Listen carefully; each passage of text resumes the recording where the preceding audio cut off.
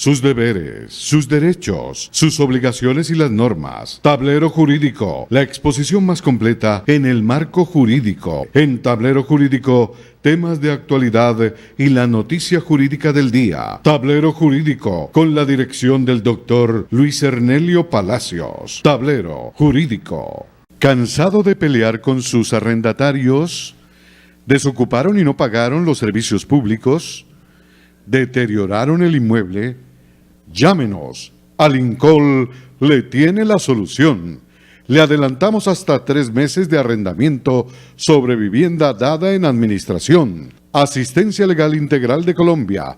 Le administramos sus inmuebles, ventas, avalúos, préstamos hipotecarios.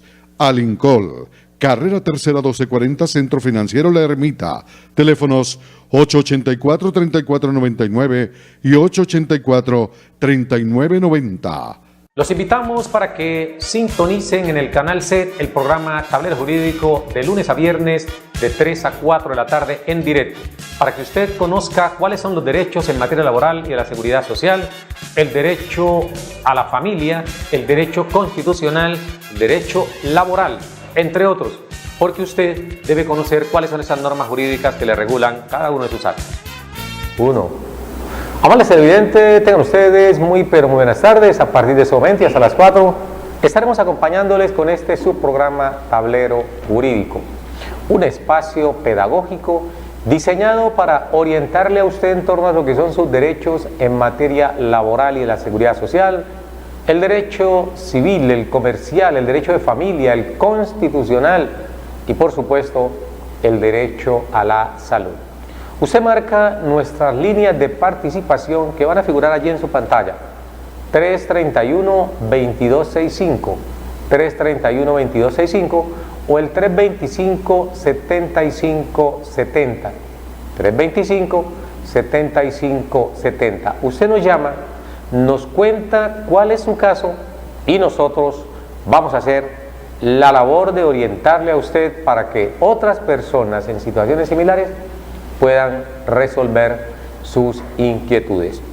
No se olviden que hoy comenzó el trámite ya en el Congreso de la República de la famosa reforma tributaria o ley de financiamiento, como la han denominado, y que esa ley, casi podemos afirmarlo, no es más que un vil atraco a toda la clase media y clase baja de este país, porque lo que se busca es recaudar más impuestos para que haya más dinero, y entre más dinero, más por supuesto van a apoderarse los dirigentes, porque eso sí, no cabe la menor duda.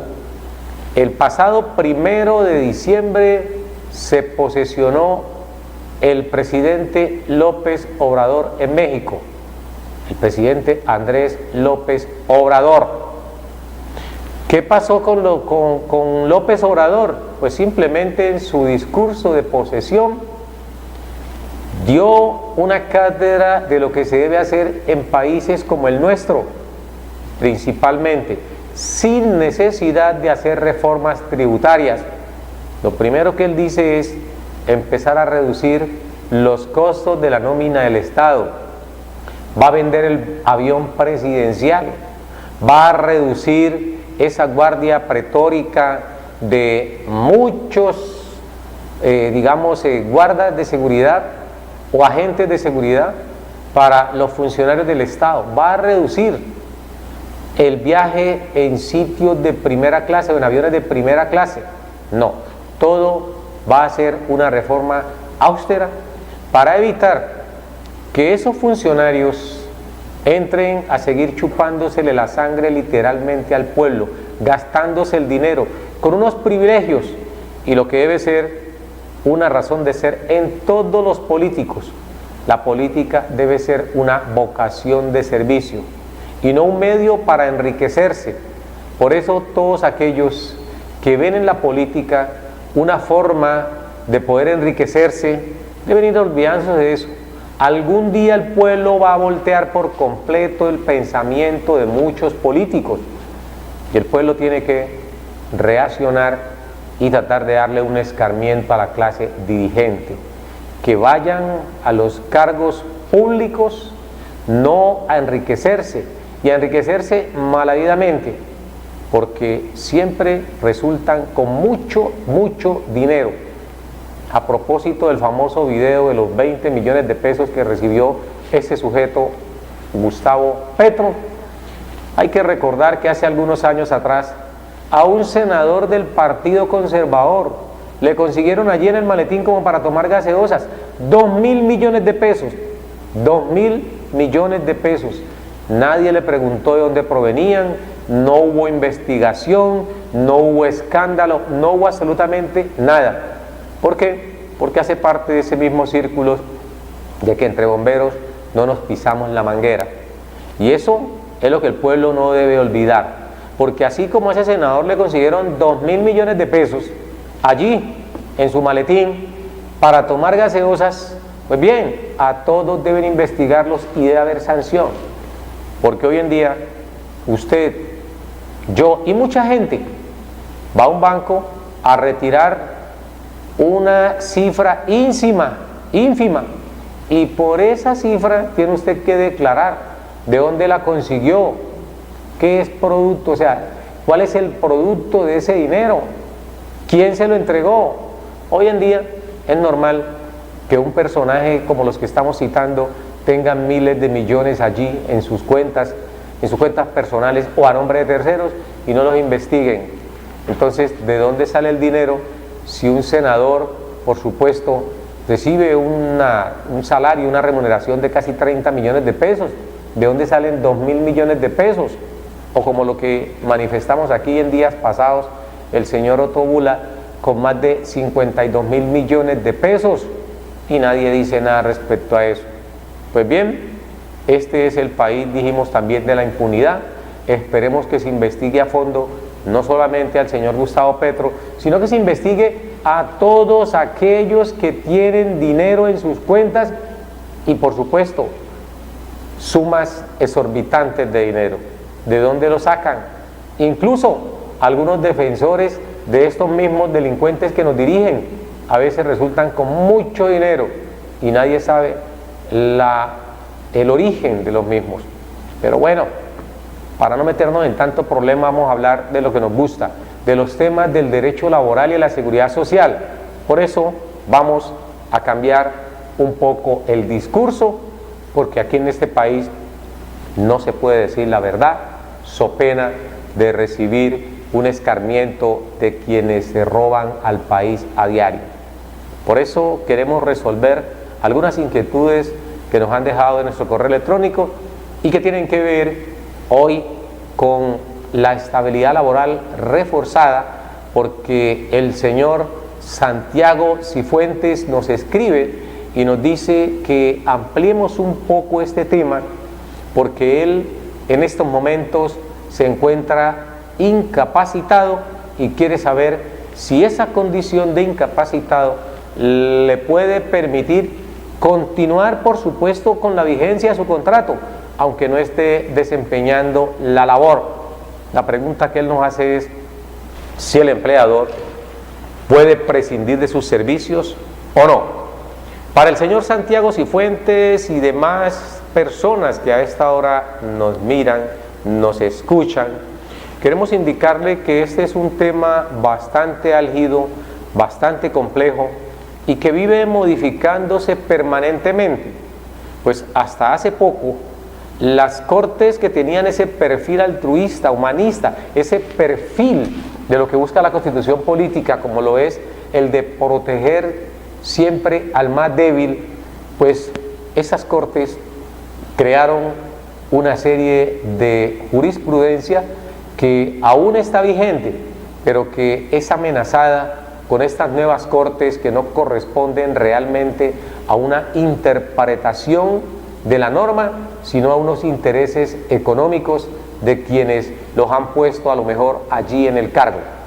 Por eso, cuando se habla de estabilidad laboral reforzada, no hacemos mención únicamente a aquellas personas que están incapacitados, como el caso del señor Santiago Cifuentes.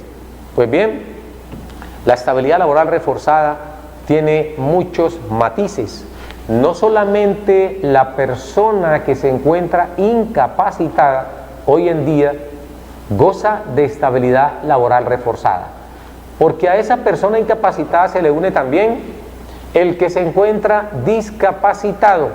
Ese también está protegido con estabilidad laboral reforzada. El que está debidamente calificado también está protegido por estabilidad o con estabilidad laboral reforzada. Tomemos papel y lápiz, porque no es únicamente el primero o la primera que se protegía era la mujer, que estaba, por supuesto, en estado de gravidez o en licencia de maternidad. Una mujer en embarazo, no importa el tiempo que tenga de gestación, es merecedora de una protección especial conforme lo indica el artículo 236 y siguientes del Código Sustantivo Laboral, y específicamente el artículo 239, Código Sustantivo Laboral, que ha sido objeto de varias reformas en los últimos tiempos, pero por fortuna esas reformas han sido para bien, porque han ido ampliando el periodo de la licencia de maternidad. Entonces el artículo 239 del Código Sustantivo del Trabajo lo que indica es que si una mujer ha sido fecundada por ese óvulo, ha entrado en proceso de gestación, automáticamente la ley debe darle una protección especial, que no la pueden despedir cuando el producto, la razón del despido es una consecuencia de su estado de embarazo o de su condición de madre gestante. En ese evento hay una protección de parte del Estado.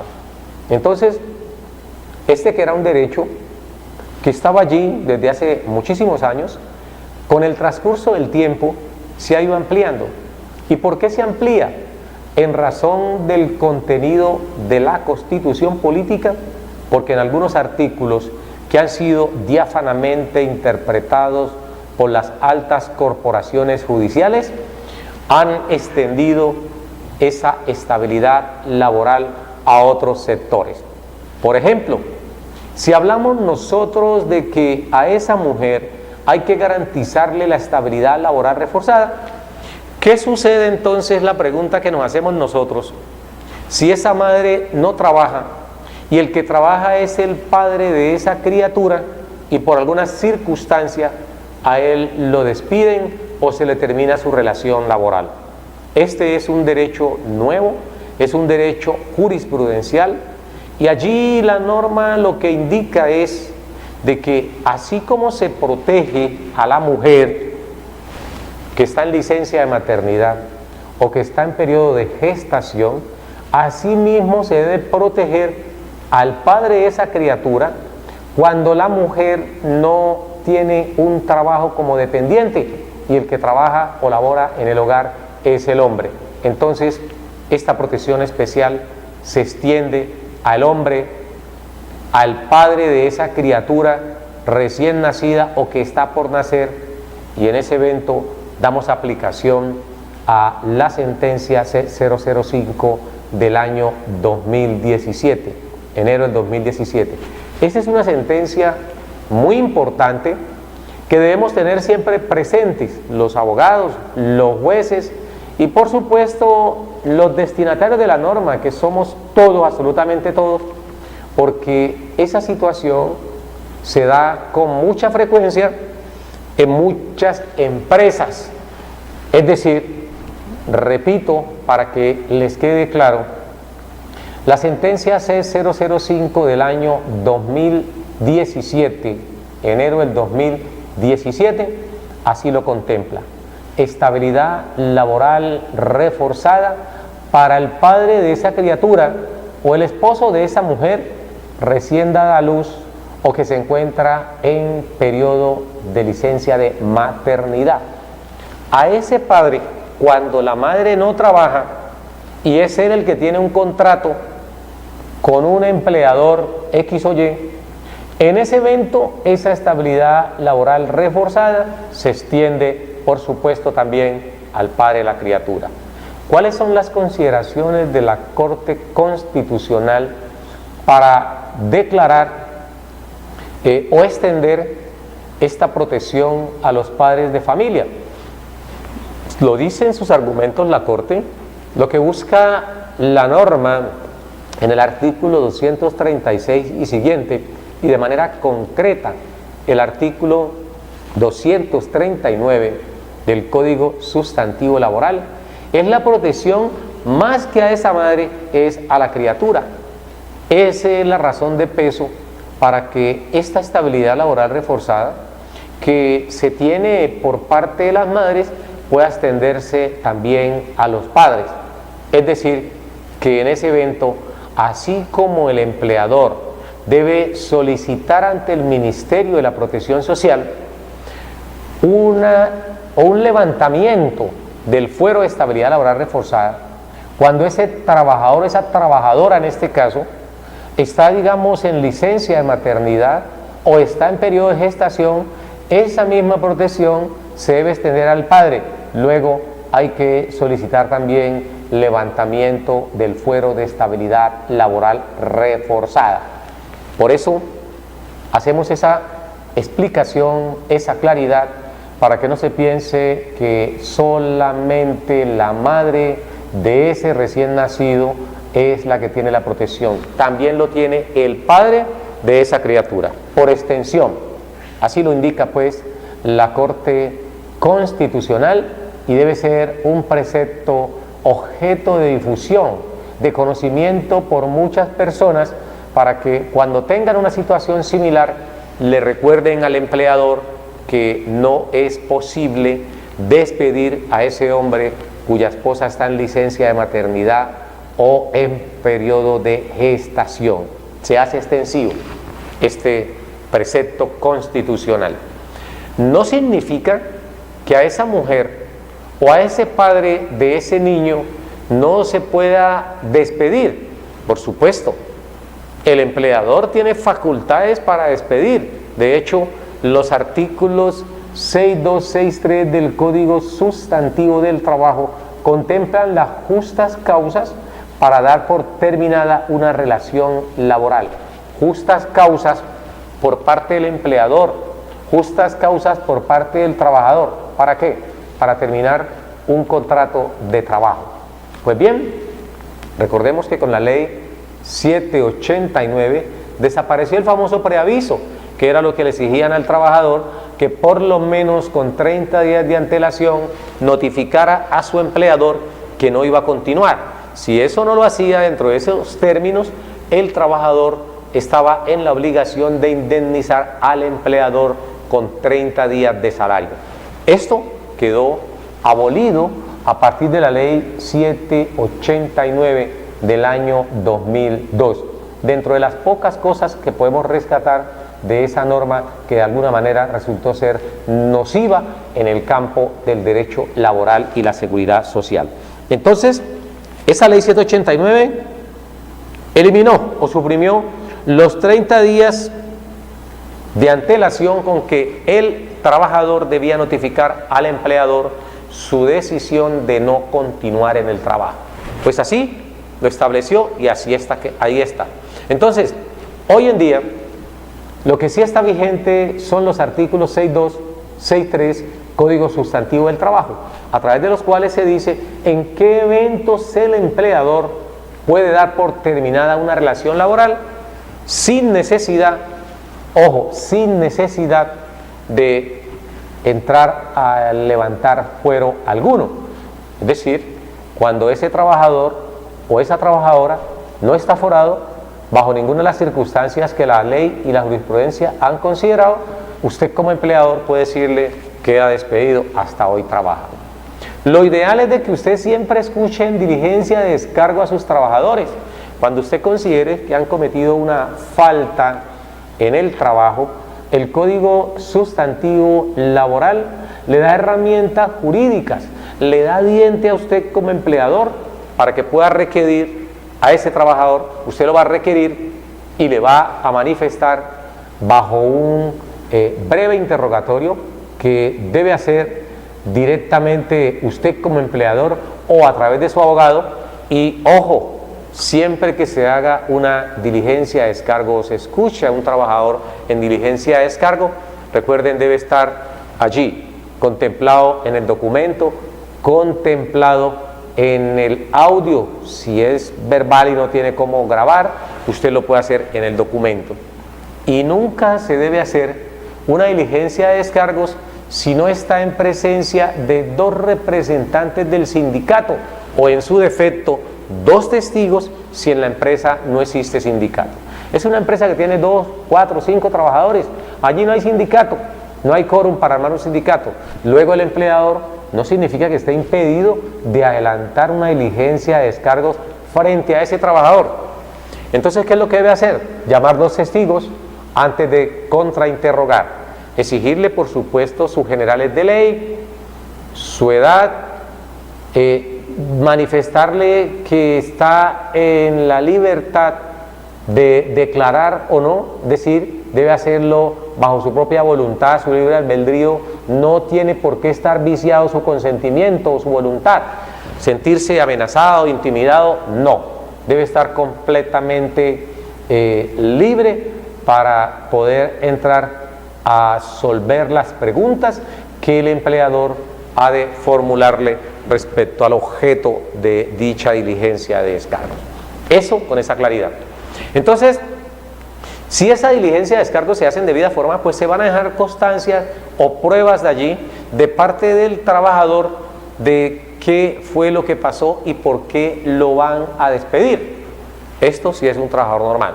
Sin embargo, decíamos hace unos minutos que si se trata de una persona aforada, allí hay que hacer uso de lo que establece el artículo 26 de la ley 361 del año 1997. Artículo 26, ley 361 de 1997, cuyo objeto es enseñarle a ese empleador que, si bien es cierto, él está en la facultad de despedir a un trabajador cuando ha cometido alguna falta, si ese trabajador está forado con estabilidad laboral reforzada, no procede el despido hasta tanto no levante ante el inspector del trabajo ese fuero de estabilidad laboral reforzada. Es una diligencia sencilla, un documento elemental o sumario donde se le pide al inspector que requiera a X trabajador o trabajadora para que en audiencia donde esté presente el empleador haga sus descargos respecto a las indicaciones que le puede estar haciendo el empleador. En esos términos, entonces, el inspector debe garantizar, debe preservar el derecho de defensa que le asiste tanto al trabajador, por supuesto, como al empleador, y debe hacerlo sujeto a los rituales que establece la norma, so pena, pues, de ir a incurrir en una violación al debido proceso contenida en el artículo 29 de la Constitución Política de Colombia. Hay que saber cuáles son los procedimientos y aplicarlos de manera adecuada. No sea pues que se vaya a convertir eso en un tribunal de esos que se hizo en la Edad Media, conocido como Tribunal de la Inquisición, en donde llegaba y era juez, era parte, y la decisión que se tomara no tenía ningún tipo de recursos, y con eso se sancionaba y se condenaba a la persona. Hoy en día, por fortuna, estamos regidos por una Constitución que consagra lo que es el Estado social de derecho, y en ese sentido, pues, debe preservársele a todos los habitantes de este país el derecho elemental al debido proceso, tal como le exige, pues, el artículo 29 de la Constitución Política. Entonces, dicho esto, ahora sí retomamos el objeto de esta charla o de este programa en el día de hoy, como lo es la estabilidad laboral reforzada. Ya manifestamos que si usted se encuentra incapacitado, está protegido con fuero de estabilidad laboral.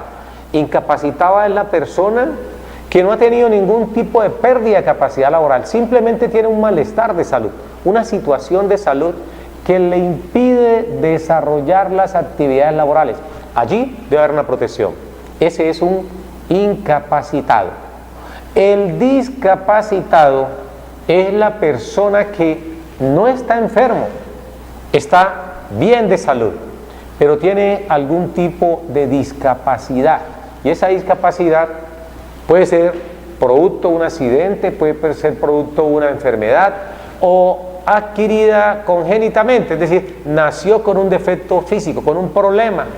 La niña o el jovencito que nace, digamos, con una pierna más larga que la otra, allí hay un problema de pérdida de capacidad laboral. Entonces, a esa persona no podemos decir que está incapacitado. Él está capacitado, pero es discapacitado. Camina cojeando, es un discapacitado. Ojo con esa terminación, con esa expresión técnica, para que no se entre a confundir. El discapacitado no necesariamente está enfermo. El que está enfermo siempre es el incapacitado. Y la incapacidad no la da el propio afectado. Debe ser siempre una persona idónea o competente para determinar la condición de salud del trabajador. Y en este caso, nadie más idóneo que el médico, porque es el médico el que dice si esa persona está o no incapacitada. No es que se fue a beber y tomó en exceso y como vino con tanto guayabo, mucho mareo, entonces ya estoy incapacitado y no voy al trabajo. No, recuerden que debe acudir ante el médico y el médico es el que debe certificar la condición de salud de la persona, para que no entremos en ese caso en equívocos, y esos equívocos pueden entrar a confundir la ley. Entonces, tenemos incapacitado, quien está levemente enfermo e impedido para trabajar. Tenemos discapacitado, quien no está enfermo, pero tiene un problema de disminución de su capacidad por alguna circunstancia. Y la persona que se encuentra debidamente calificado con pérdida de capacidad laboral. Aquí la situación entra a cambiar un poco. Una persona que en alguna circunstancia perdió una cavidad visual, perdió un ojo, un accidente, una enfermedad, es una persona que puede ser sometido a un examen de valoración de pérdida de capacidad laboral. Y esa persona no está, ojo, incapacitado. Está discapacitado y además de estar discapacitado, está calificado con pérdida de capacidad laboral. ¿Por qué hacemos tanto énfasis en que la persona debe estar calificado? Porque es que las tres circunstancias se pueden dar de manera independiente: incapacitado, discapacitado y calificado con pérdida de capacidad laboral.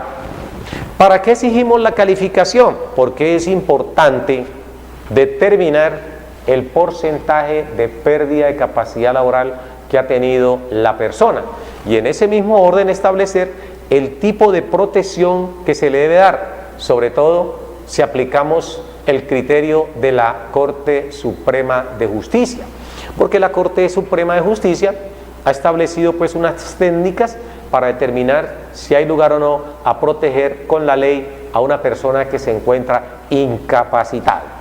Allí esas técnicas varían de acuerdo al porcentaje de pérdida de capacidad laboral. Una pérdida de capacidad laboral leve que va del 1 al 15%, una pérdida de capacidad laboral media que va de un 15 a un 25% y una pérdida de capacidad laboral profunda que va entre el 25 y menos del 50%. En esos términos, entonces, es muy importante que la persona se someta a un examen de calificación. Nos decía esta mañana una señora a la cual atendimos que ella fue recientemente intervenida quirúrgicamente en un brazo. Parece que tiene manguito rotador. Hace pocos días la intervinieron y ella quería que un día después de que había sido objeto de intervención quirúrgica procediera, por supuesto, a calificar. Hay que recordarle a todos nuestros televidentes que para una persona ser sometida a un examen de calificación de pérdida de capacidad laboral debe cumplir o debe agotarse todo el procedimiento médico necesario para determinar si se puede o no recuperar la condición de salud de la persona. Y este procedimiento médico no es más que lo que establece ya la norma, una atención de que debe ser objeto la gente. Esa atención es con el objeto de que le determinen el tipo de patología que tiene, y para poder establecer con certeza, de manera científica, qué patología aqueja a una persona, es necesario hacer los exámenes de rigor. Una vez se hacen esos exámenes de rigor y se logra identificar la patología, pues hombre, vienen ahora sí las sugerencias del médico, y son la entrega de medicamentos o paliativos y el procedimiento que va a seguir a partir de ese momento, qué debe hacer. Entonces también está de parte de la persona sujetarse a las prescripciones médicas para que pueda de esa manera recuperar su condición de salud.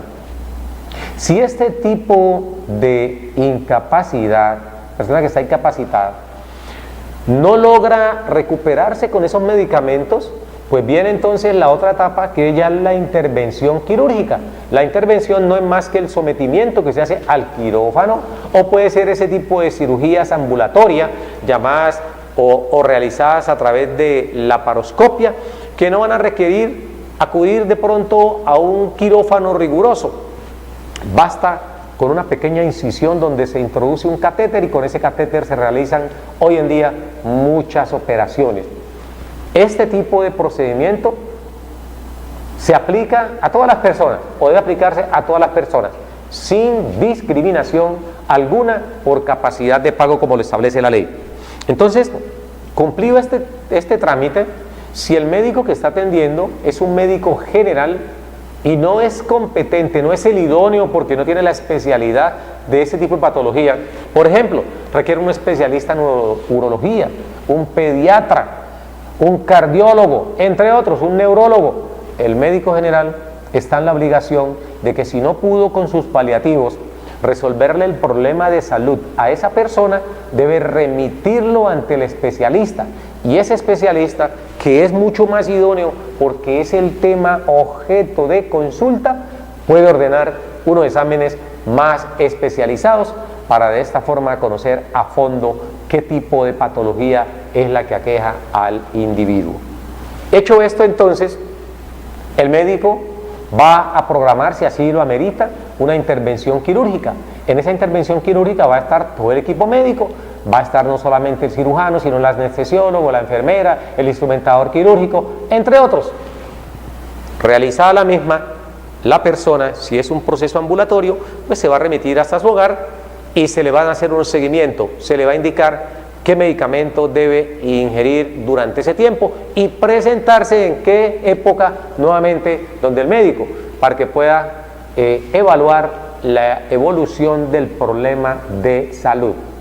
Cuando ya ha pasado todo esto y han cicatrizado esas intervenciones quirúrgicas, que ya no hay dolor de parte, digamos, o a raíz de la intervención, entonces viene con una etapa final que ya es la terapia. Esa terapia lo que va a permitir es recuperar en la persona la parte motriz, y esa parte motriz es un poco difícil porque es retomar la movilidad del miembro o los músculos que estuvieron inmóviles durante mucho tiempo a raíz de la enfermedad, y peor aún a raíz de la intervención quirúrgica. Una vez realizado esto, ahora sí, ya el médico que intervino quirúrgicamente a la persona va a valorar y va a decir si esa persona se recuperó o no se recuperó. En ese momento el médico contacta en qué condiciones quedó la persona después de agotar toda esa larga etapa de terapia. Esa terapia que es a veces, repito, un poco dura, un poco difícil, porque es donde hay dolor, tratar de recuperar el movimiento a pesar del dolor. Si no se logró recuperar la condición de salud de la persona, ahí es el momento propicio para que el médico remita ante una entidad que pueda entrar a valorar o a calificar.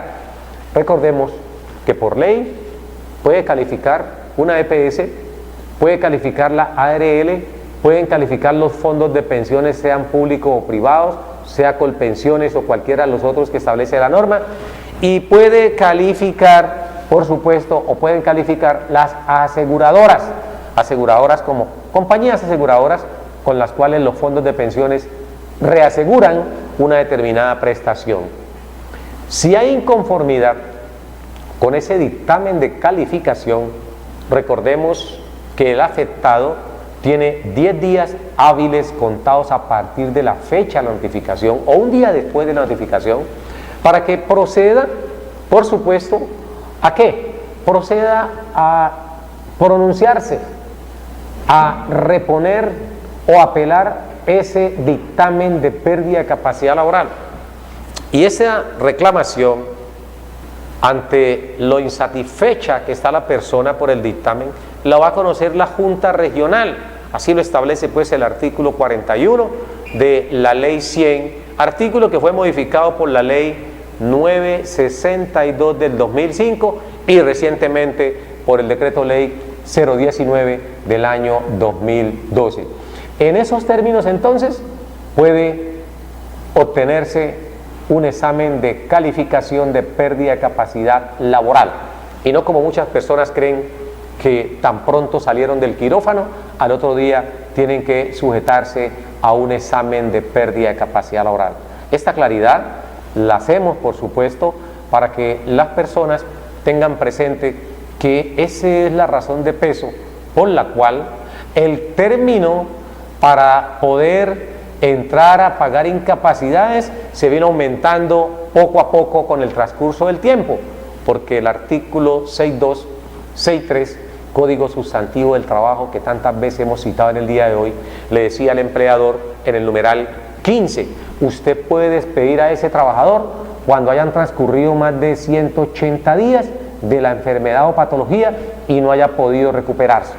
180 días le daban a ese trabajador para que se recuperara, y si no se recuperaba era una justa causa para terminar la relación laboral. Sin embargo, y aunque los viejos dicen que todo tiempo pasado fue mejor, aquí podemos decir lo contrario, no todo tiempo pasado fue mejor, porque ese trabajador estaba merced a la decisión que tomara su empleador. Luego, la Constitución Política de Colombia, al establecer en el artículo 1 el Estado Social de Derecho, fundado en el principio de la dignidad humana, incorporó una serie de argumentaciones jurídicas altruistas para que se entre a proteger a la persona afectada, porque esto no es, en el pasado era una persona gorda, hinchada, y allí mismo le pegaban en esa parte. Entonces hoy en día no se puede hablar de que a una persona, si no se ha podido recuperar en 180 días, hay que despedirlos, por una razón muy sencilla. Todos conocemos la negligencia que existe en muchas instituciones para poder brindarle un tratamiento adecuado a las personas, y esa negligencia conlleva a que las personas estén durante un largo periodo en esa situación, sin definirles qué tipo de patología, sin poder ser intervenidas, porque hoy no es solamente la dificultad que reviste acudir a urgencias. Si no es en urgencia, entonces la famosa cita prioritaria, y si no es la cita prioritaria, hay que entrar pues a pedir una cita y que se demora 5, 8, 10 días o más, si no es prioritaria. Y después de esa cita comienzan a tomarle literalmente el pelo, a no darle el derecho al diagnóstico, a no garantizarle el derecho al diagnóstico a la persona, y eso es mucho el tiempo que va transcurriendo.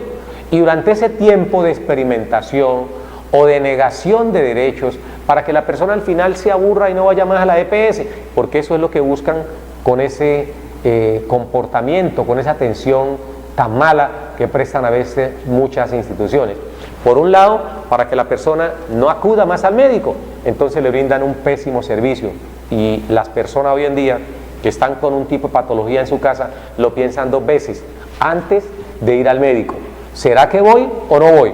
Voy para que me pongan a hacer una fila de 2, 3, 4 o más horas sin que me atiendan, y estamos hablando de urgencias, cuando se supone que cuando una persona llegó a urgencia es porque realmente necesita, como el nombre lo dice, con urgencia, una atención de parte del médico. Pero no conocemos la primera entidad de salud en Colombia, de esas mal denominadas EPS, que llegue la persona y a los pocos minutos lo atiendan.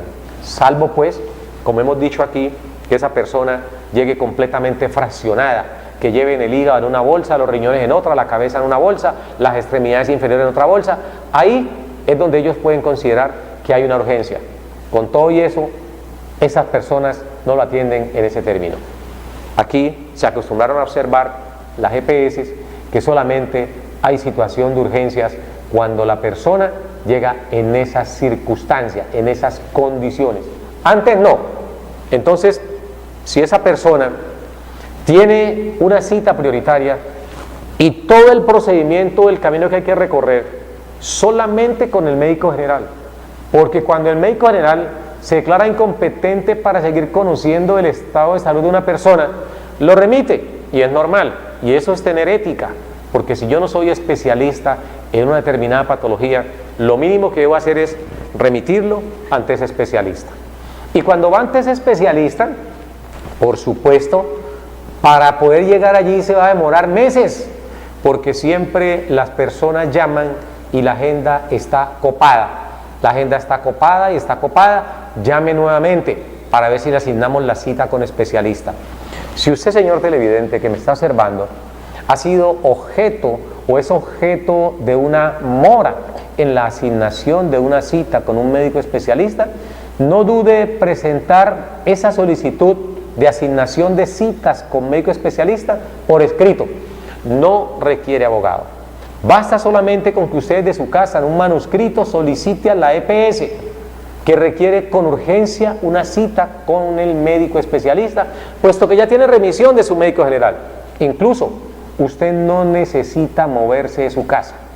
Basta que se meta hoy a las redes sociales y en las redes sociales envía un correo solicitando se le asigne una cita con un especialista. Y ojo, no se olviden nunca, cuando presenten un derecho de petición, así sea vía correo electrónico, nunca olviden que hay que compulsar copias a la Superintendencia de Salud y hacerle seguimiento a la misma.